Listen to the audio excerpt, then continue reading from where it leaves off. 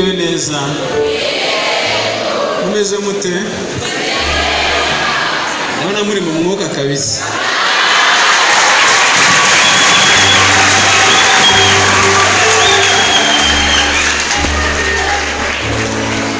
Ndabona muri mu mwuka kandi natwe nibyo twifuza. Ntabwo nabashije kuza ngo dutangirane iki gitaramo cyiza, ariko bambwiriye gahunda narayishimiye. Gahunda yose irimo Imana ntabwo twayirwanya.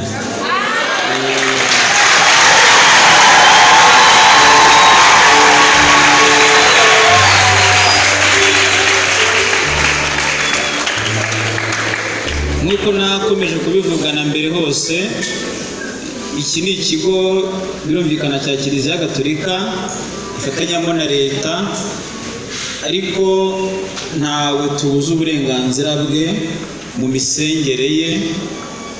Uko usenga kose upfa kuba bigukorera ibintu bibiri gusa: kuba biguhuza n'Imana, bikaguhuza n'abavandimwe. Idini wasengeramo ryose nitugera mu ijuru, iby'amadini ntabwo ari byo bizakora, ahubwo hazakora umutima wawe n'uburyo uzaba warabanye n'abandi, kandi ugatunganira Imana, cyangwa se muri ya mvugo yanyu ukaba umukiranutsi nk'uko mubivuga. Niyo mpamvu rero gahunda nk'iyi mu kigo cy'ishuri ni nziza, ikaza rero kuba nziza kurushaho mu mpera z'umwaka turi gushimira Imana. Kandi koko umwaka ni muremure, ibiba byarabaye ni byinshi, umuntu afite ibintu byinshi yashimira Imana. Nk'uko Yobu yabigenje, tugomba gushimira byaba byiza cyangwa se byaba bibi. Kumenya gushimira Imana muri byose, uvuga ati Imana niyo yampaye, Imana niyo yisubije, izina ryayo rihabwa icyubahiro. Kumenya gushimira Imana mu bihe byose, no kuba nibura ugeze ubu ngubu uvuga uti mu cyumweru gitaha nzatangira ibizamini, nacyo nicyo gushimira Imana. Uko uzabitangira kose, amanota wenda uko bimeze kuri za birote zabo z'ibindi bihembwe, ibyo umuvandimwe yatubwiraga wenda amadeni yawe mumfitiye n'abandi bo hanze, amadeni ni menshi. Ariko twizere ko isengesho yasenze Imana yaryumvise. Nanjye nicinyaga icyaraho narindi, kuri cyumweru gitaha bazanyishyura tu.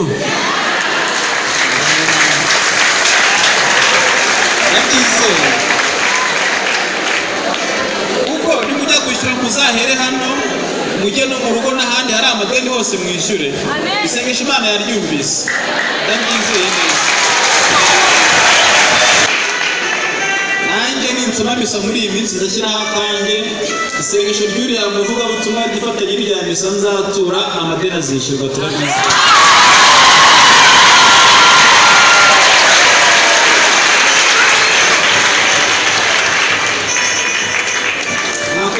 Mwakoze abatekereje iyi gahunda n'ababashyigikiye, duhereye kuri animatrice n'abandi, mwarakoze. Mumfashe mbashimire n'amashyigikiro.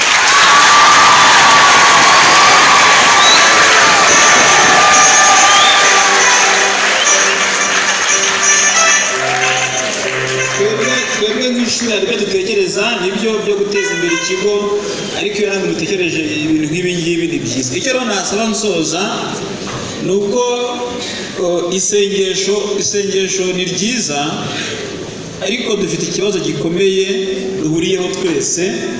Ubu iyi sare twasengeyemo, navuga ko harimo imbaraga z'Imana bijyana n'amasengesho twavuze n'indirimbo nziza twaririmbye.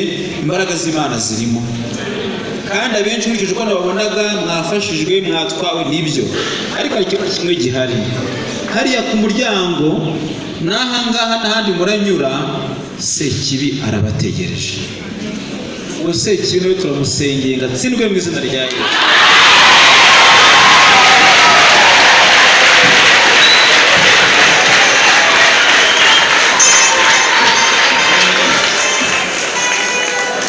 Sekibi n'ubakora arabategereje kugira ngo imigambi yose ufashe, ibyiza byose Imana yaguhaye, arategereje kugira ngo arebe ko yabikwambura, kugira ngo umere nkaho ntacyo wungutse kandi Imana yabiguhaye.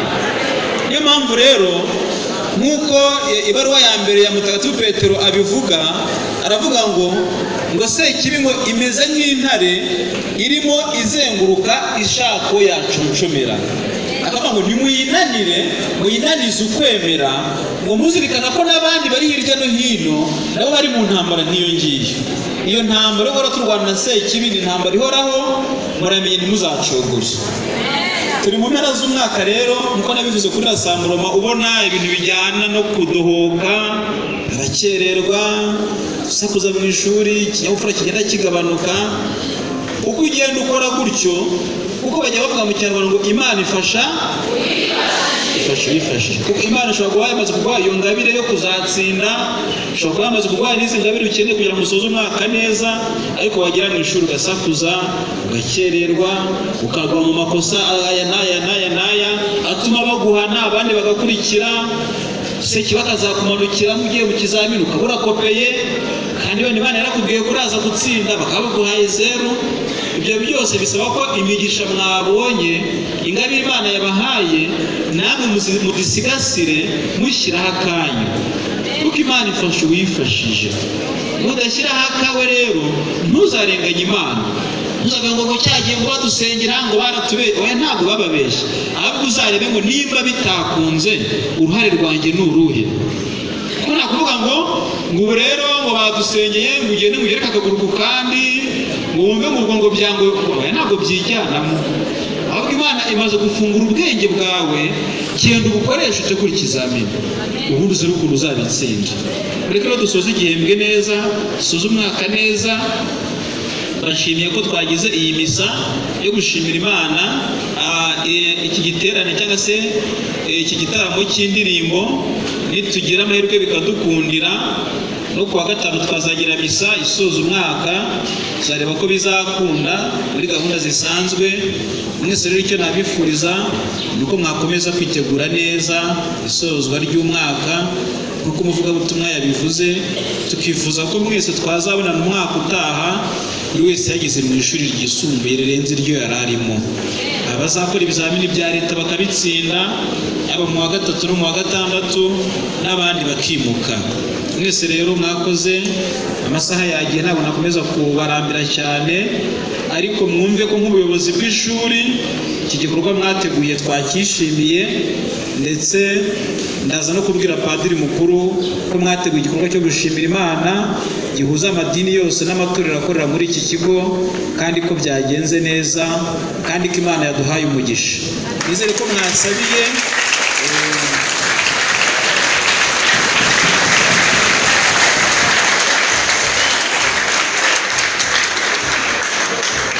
nizere ko mu masengesho mwavuze mwasabiye n'ikigo muri rusange.